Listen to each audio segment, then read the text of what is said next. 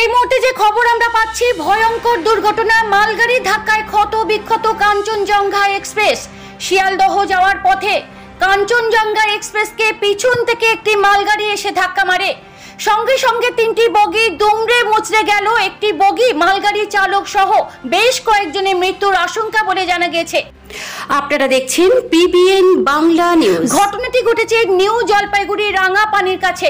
যাত্রীদের উদ্ধারের জন্য ট্রেন পাঠানো হয়েছে এবং বেশ কয়েকটি অ্যাম্বুলেন্সও পাঠানো হয়েছে। আহত ব্যক্তিদের হাসপাতালে পৌঁছানো হয়েছে। দ্রুত গতিতে চলছে উদ্ধারের কাজ। আরও বেশ কয়েকটি মৃত্যুর আশঙ্কা এমনটাই জানা গেছে। এই মুহূর্তে রেলমন্ত্রী এসে পৌঁছেছে। কিভাবে হয়েছে, সিঙ্গেলের কারণ নাকি রেল কর্তৃপক্ষের কোনো কারণ, সেটাই খতিয়ে দেখতে রেল কর্তৃপক্ষ উপস্থিত হয়েছে। আহত ব্যক্তিদের দেখার জন্য রওনা হলেন বাগডোগরা বিমানবন্দরের উদ্দেশ্যে মমতা ব্যানার্জি কলকাতা দমদম বিমানবন্দর থেকে। আরও বিস্তারিত খবর পেতে নজর রাখুন পিবিএন বাংলা নিউজে।